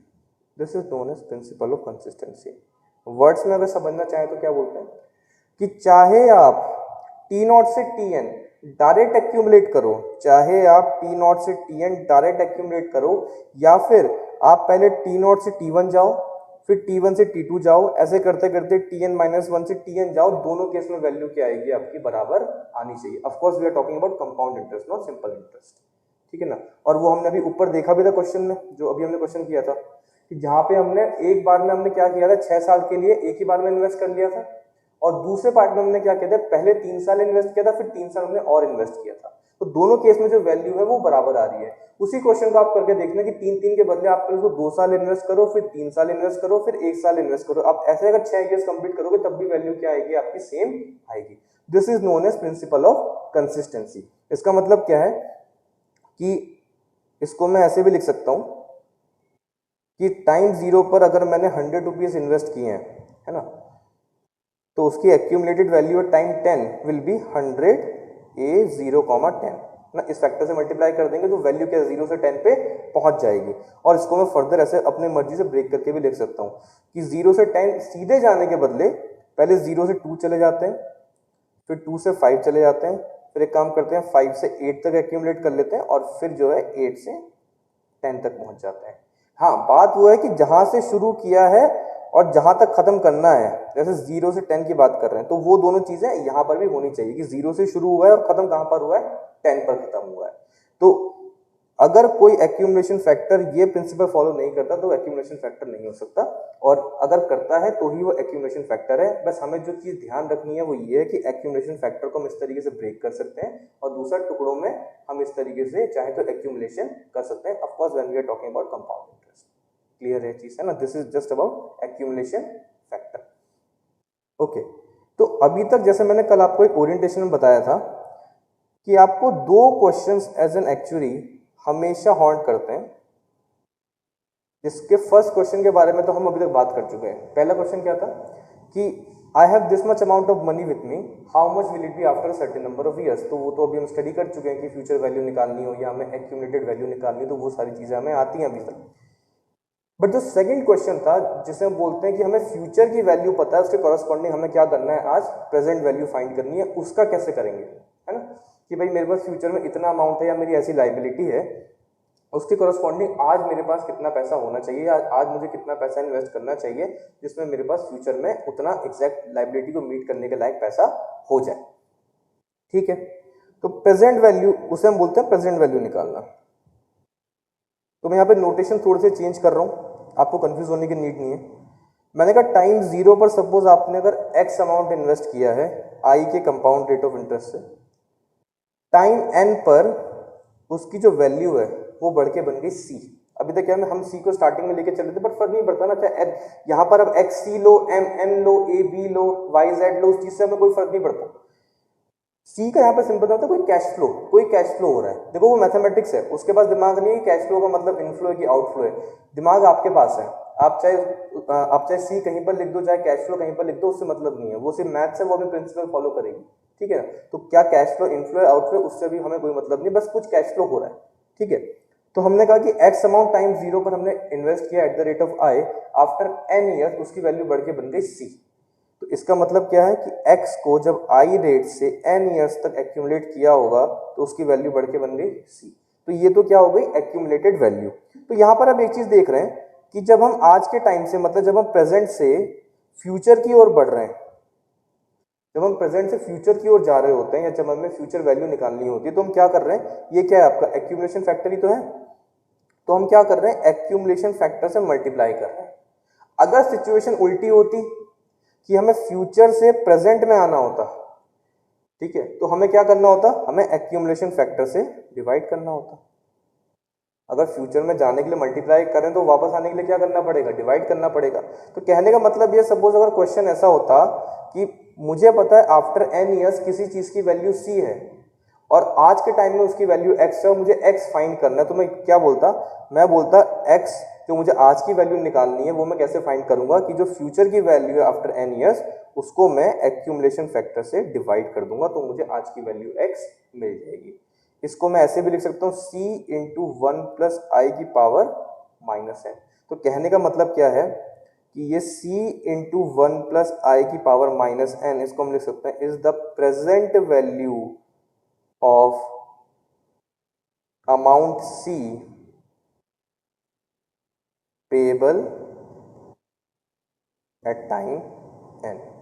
कि जो टाइम n पर c अमाउंट मिलने वाला है, उस c अमाउंट की आज के टाइम में प्रेजेंट वैल्यू कितनी है मेरे लिए, that is c into 1 plus i की power whole power minus n। इसको आप ऐसे समझ सकते हो कि आफ्टर n ईयर, देखो प्रेजेंट वैल्यू कॉन्सेप्ट क्या है कि आफ्टर n ईयर्स या तो आप मुझे c दे दो, या फिर आप आज अगर मुझे पैसे देने हैं तो आप मुझे इतना दे दो। ऑफ कोर्स ही बात है, ये ऑब्वियस ही बात है कि c इंटू 1 प्लस आई की power minus n will obviously be less than c because of time value of money, जो मैंने डिस्कस किया था अभी। आज का पैसा क्या होगा, कम होगा एज कम्पेयर टू फ्यूचर का पैसा। तो n ईयर के बाद मुझे c दे दो, या फिर आज मुझे c into 1 plus i whole power minus n दे दो, दोनों मेरे लेके आए, एक ही बात है। जो हमने अभी लॉटरी वाला एग्जांपल किया था, है ना, कि एक साल के बाद 55,000 मिल जाए, ये आज के आज आप मुझे 50,000 दे दो, दोनों मेल लेके आए, बिल्कुल इक्विवेलेंट है। वो नहीं चलेगा कि आज 50 और एक साल के बाद भी 50, वो नहीं चलेगा, है ना। तो this is known as present value. तो इसका एक क्वेश्चन देखते हैं छोटा सा।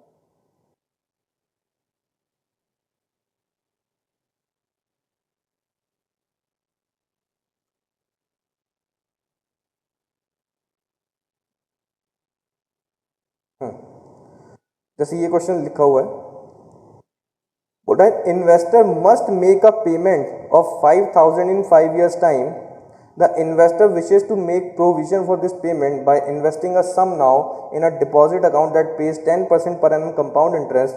Calculate the initial investment required to meet the payment of 5,000 in 5 years time। क्या बोला होगा आपको क्वेश्चन में? आपको ये बोल रहा है कि आज से 5 साल के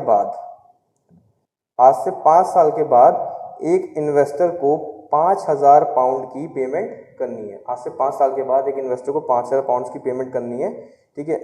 और वो क्या करना चाहता है, उसके लिए उसको आज तैयारी करनी है। तो वो क्या करता है, वो अपना कुछ भी आज एक सिंगल अमाउंट जो है एक डिपॉजिट अकाउंट में इन्वेस्ट कर देता है, जो उसको हर साल 10% इंटरेस्ट देगा।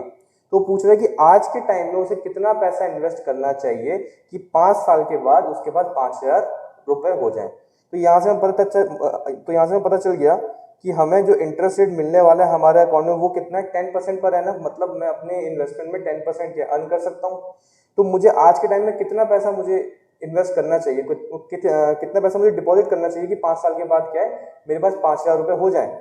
तो हम बोलेंगे सिंपल सा कि जो भी 10% के हिसाब से 5,000 की आज के टाइम में प्रेजेंट वैल्यू होगी, मुझे एग्जैक्टली उतना ही पैसा डिपॉजिट करना चाहिए, क्योंकि वो उस हिसाब से एक्यूमुलेट होकर एग्जैक्टली 5 साल बाद कितना बन जाएगा, 5,000 बन जाएगा। तो मैंने कहा इन शॉर्ट जो भी 5,000 की आज के टाइम में प्रेजेंट वैल्यू है मुझे वो फाइंड करनी है।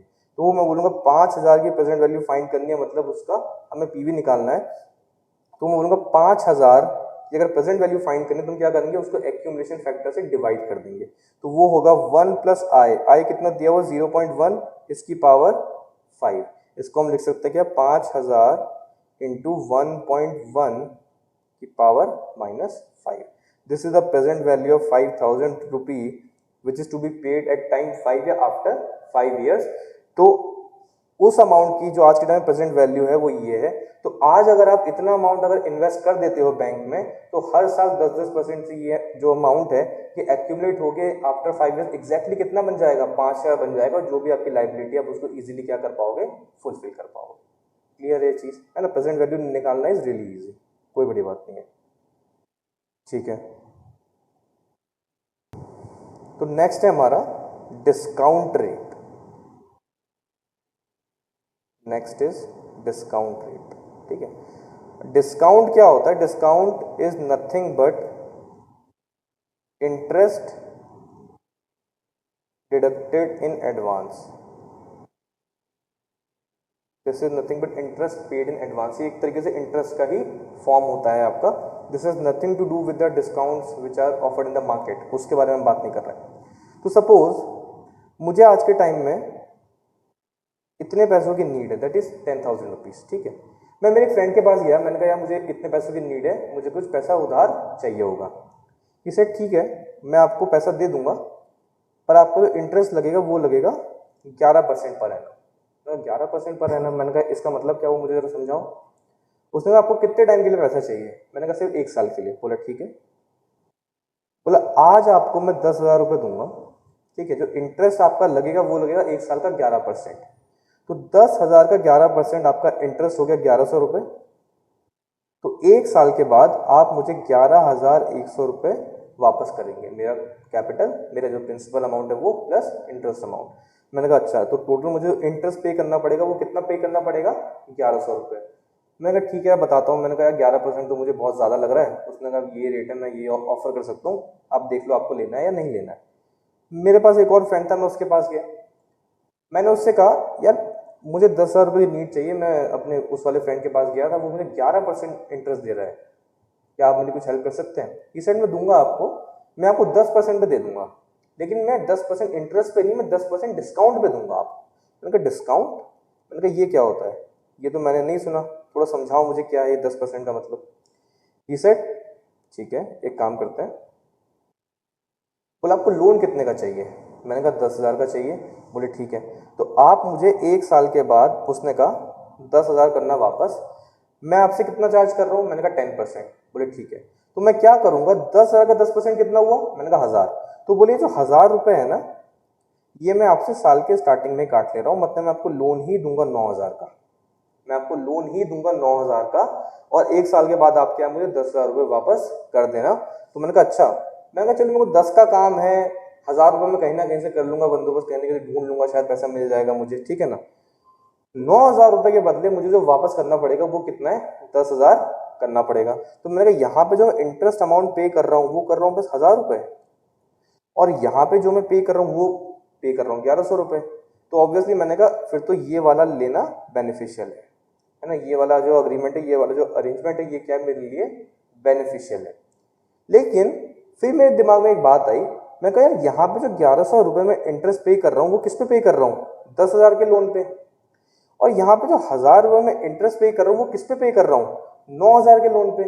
क्योंकि एक्चुअली जो उसने वो जो मुझे लोन दे रहा है वो कितना अमाउंट है, वो 9,000 है।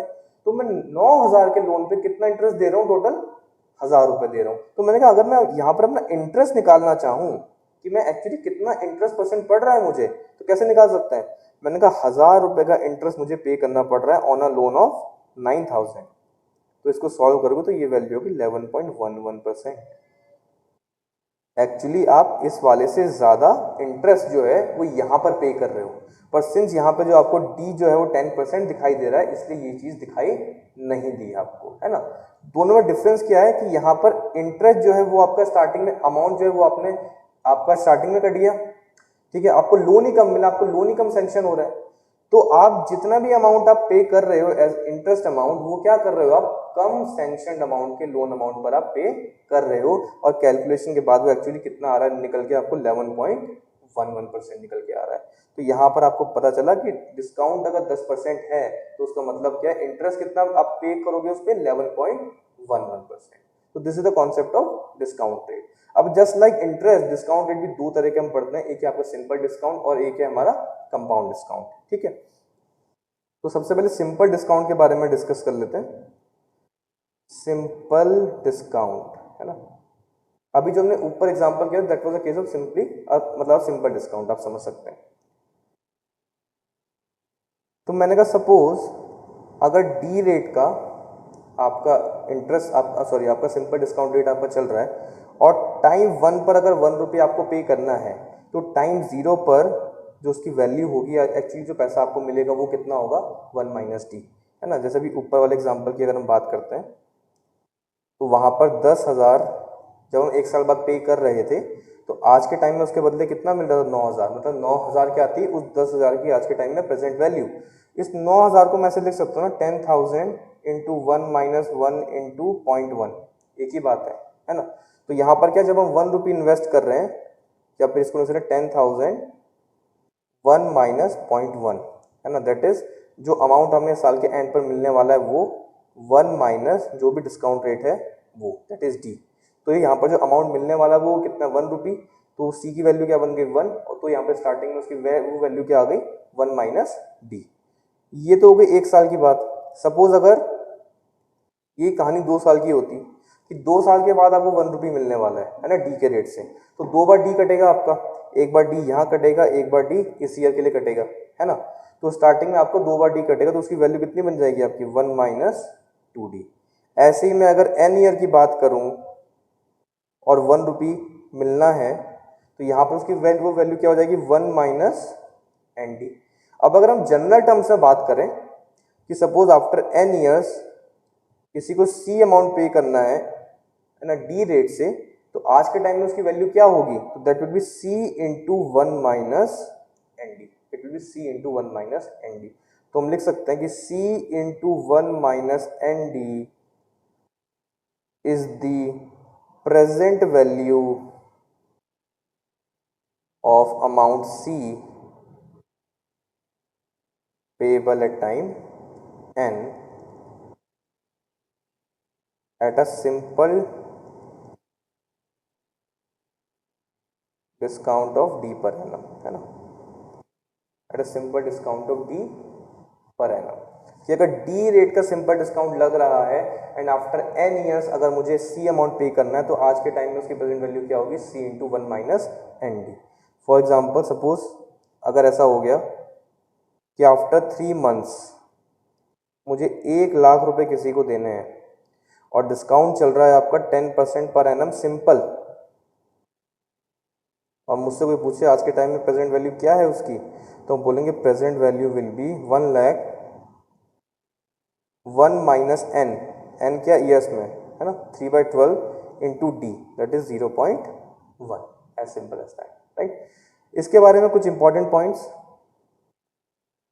पहला, it is also known as commercial discount. Simple discount is also known as commercial discount.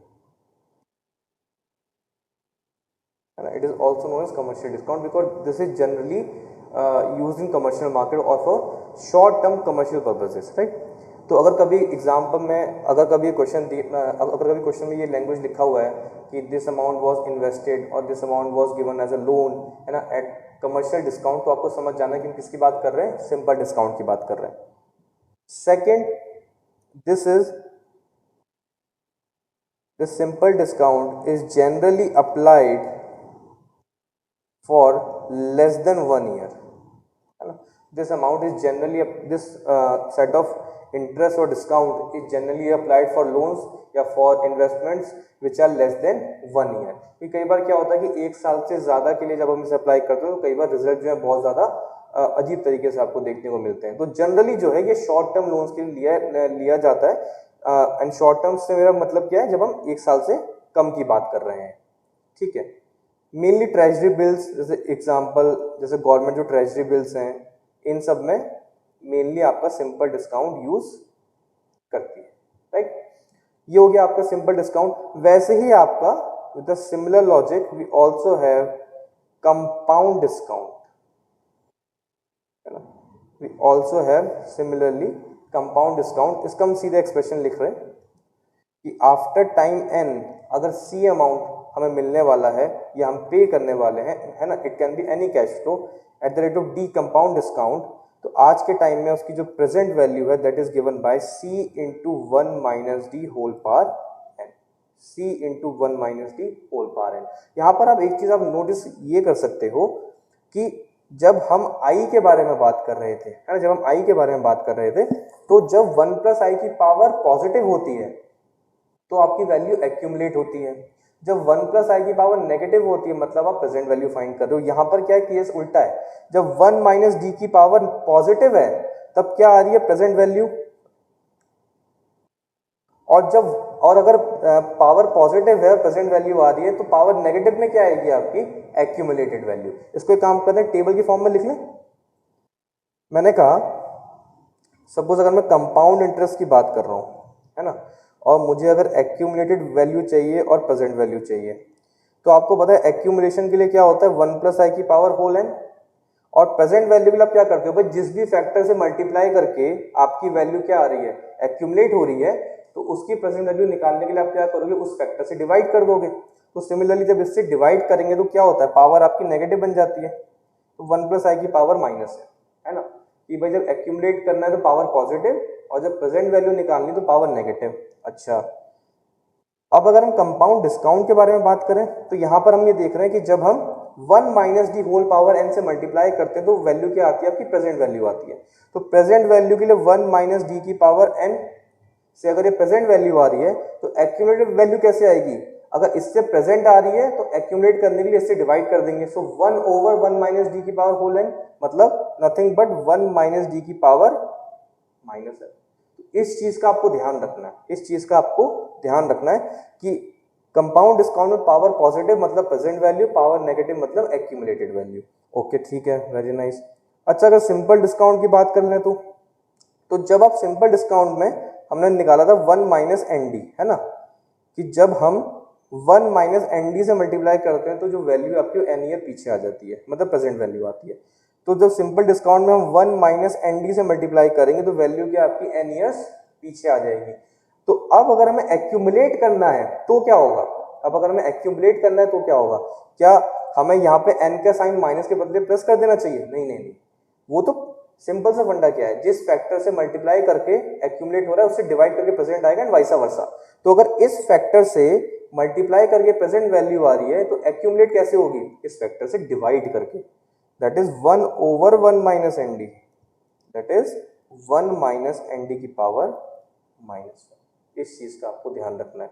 तो जो टेबल है आपकी, वैसे आप सिंपल इंटरेस्ट भी आप ऐड कर सकते हो, है ना. तो जो टेबल है आपकी ये आपको काम करेगा.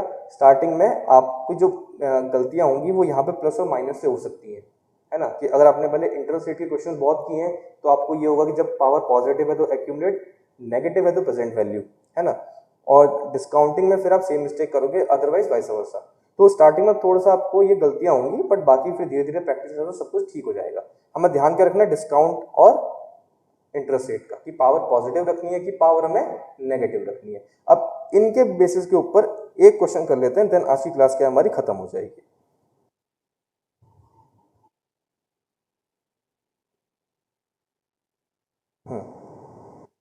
ये क्वेश्चन देखते हैं।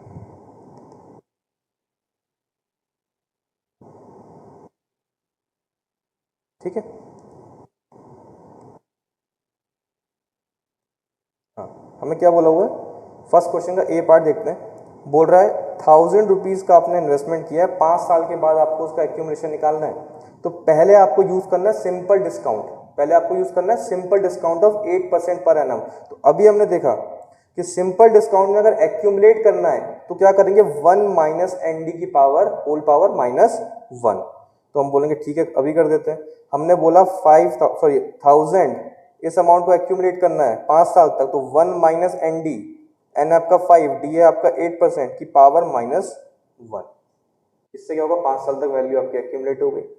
नेक्स्ट हमें दिया हुआ कंपाउंड डिस्काउंट ऑफ 8% पर एनम। तो कंपाउंड डिस्काउंट में क्या था, 1 माइनस डी की पावर, जब होल एन करेंगे तो प्रेजेंट वैल्यू, और जब पावर माइनस एन करेंगे तो एक्यूमुलेटेड वैल्यू। तो हम बोलेंगे ठीक है, तो ये हो जाएगा 1000 1 माइनस डी की पावर -n, और n कितना है आपका 5।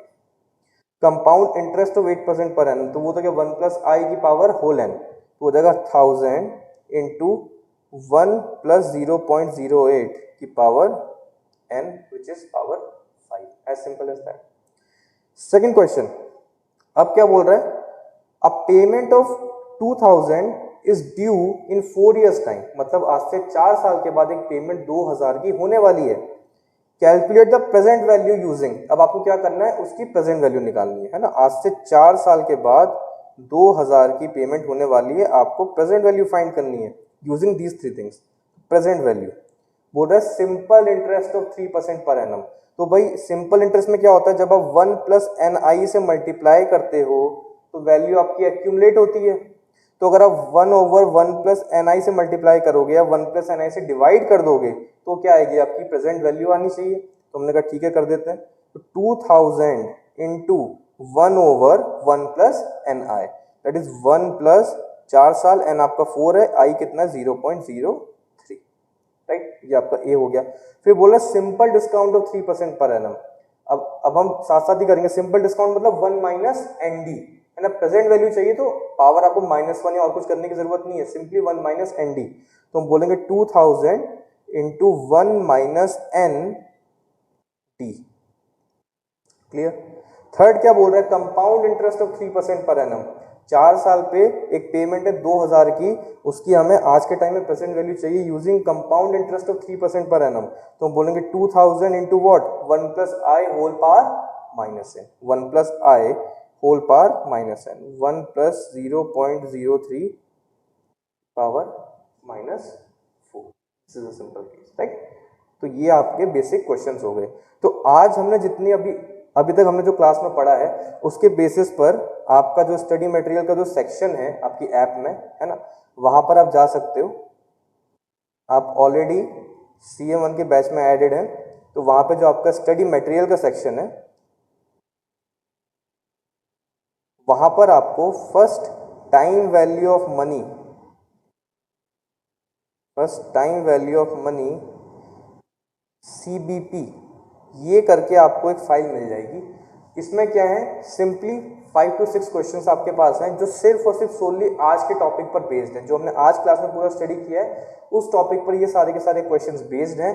आपको बस इतना करना है कि कल की क्लास से पहले वो क्वेश्चन सॉल्व करके लेके आना है। उसी के साथ इन क्वेश्चंस के आंसर्स भी हैं और रेफर करने के लिए सॉल्यूशंस भी, जस्ट इन केस अगर मान लीजिए कोई छोटी मोटी कैलकुलेशन मिस्टेक है और आप परेशान हो रहे हैं कि आपको कॉन्सेप्ट क्लियर नहीं हुआ ये वो, तो आप अपनी कैलकुलेशन भी चेक कर सकते हैं। आपको पता चल जाएगा कि आपका कॉन्सेप्ट में आपसे गड़बड़ हुई है या कैलकुलेशन में आपसे गड़बड़ हुई है। तो उसी के साथ उसी फाइल में सॉल्यूशंस भी आपको अवेलेबल है। तो सबसे पहले आपको करना क्या है, आज घर जा करके आपको एक टॉपिक अच्छे से पढ़ना है जो आज हमने क्लास में पढ़ा, जो क्लास में क्वेश्चन किए सबसे पहले आपको वो कंप्लीट करना है।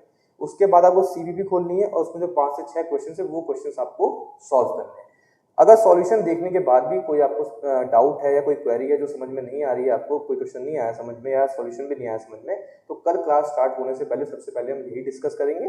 फिर उसके बाद जब क्लास खत्म हो जाएगी उसके बाद फिर हम नेक्स्ट CBP हम उसको अटेम्प्ट करने वाले हैं। ठीक है, तो आज की क्लास में बस इतना ही। इन क्वेश्चंस को आप सॉल्व कीजिए एंड कर लेते हैं।